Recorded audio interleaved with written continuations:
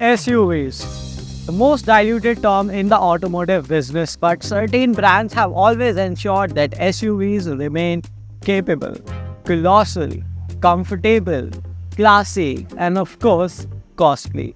And a name that fits well to all these adjectives and attributes is this, the Range Rover.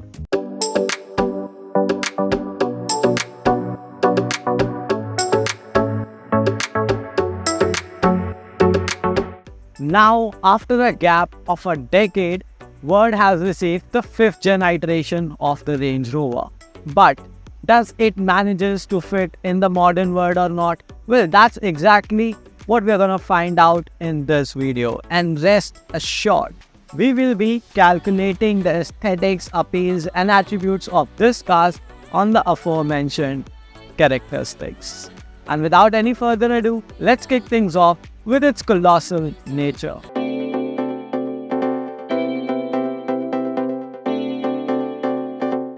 Look at it. It looks ginormous, doesn't it? Well, I'm 5 feet 6 inches tall. So now you can have a reference to understand how big this car is. And in terms of dimensions, the standard wheelbase version is 5 meters long. In fact, it is over 2 meters wide with mirrors in place and nearly 1.9 meters in height.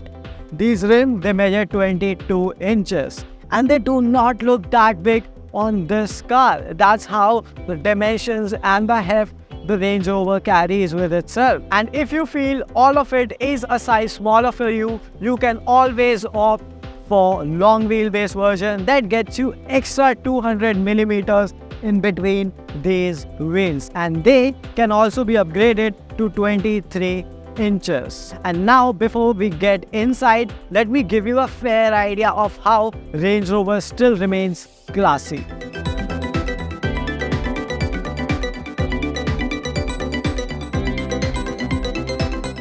The door handles and grills on the sides, along with these vertical LED tail lamps, they fit flush and look modern.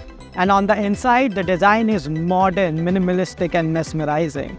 And with everything nearly redesigned, this cannot be mistaken for anything else than a Range Rover.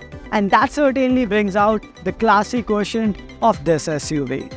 And for now, let's hop inside and see how comfortable it is.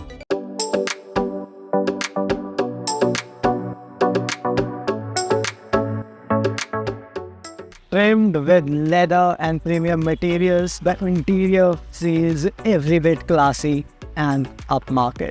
So much so that even the roof is lined with the hide.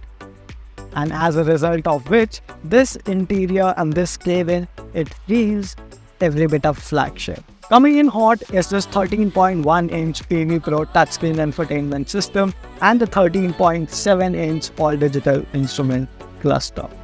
The touchscreen, it is intuitive, it is crisp, and certain controls that are regularly required are fixed on the screen, and I admire that touch to the core. Coming back to the instrument cluster, it is controlled by the buttons on the steering wheel. And to get familiar and used to with these controls, it will take a little while. After all, it offers a little too much of customization and information.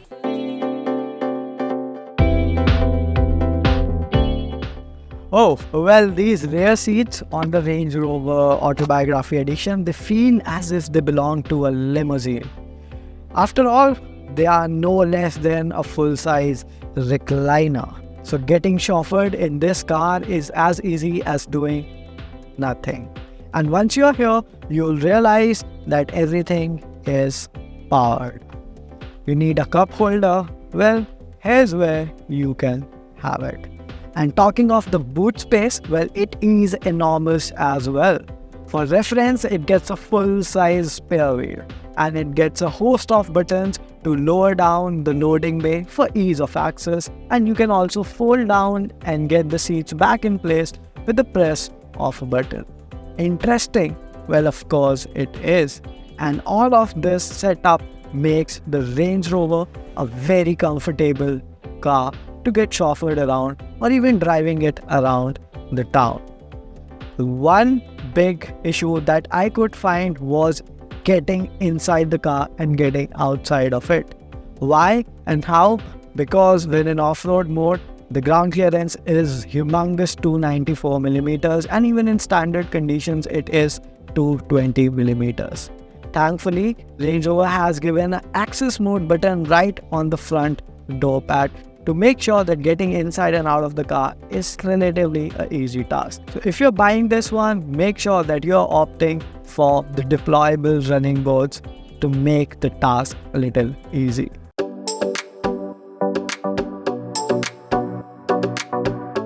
It's time to get going and see how capable is the new 5th gen Range Rover.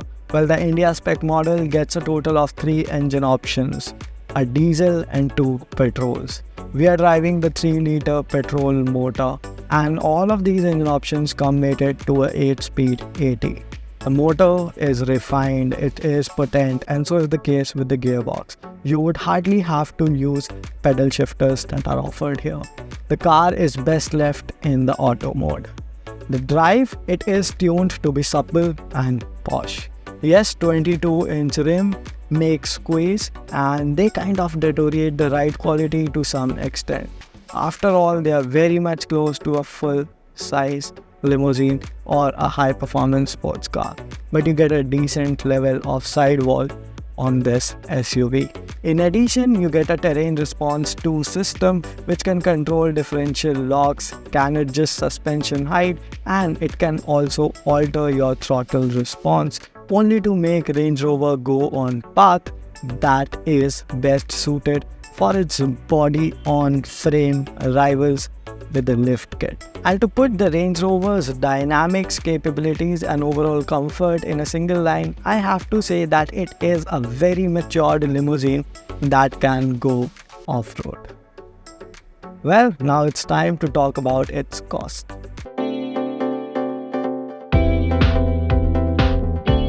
By now, we have understood that the Range Rover is colossal in size, it is a capable SUV, it indeed is comfortable, and let's not forget that the design is classy too.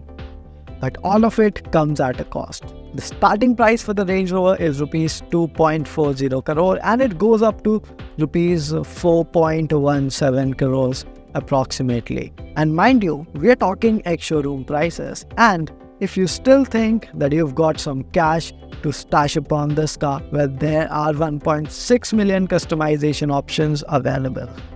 So, that being said, Range Rover justifies all those 4 adjectives for itself.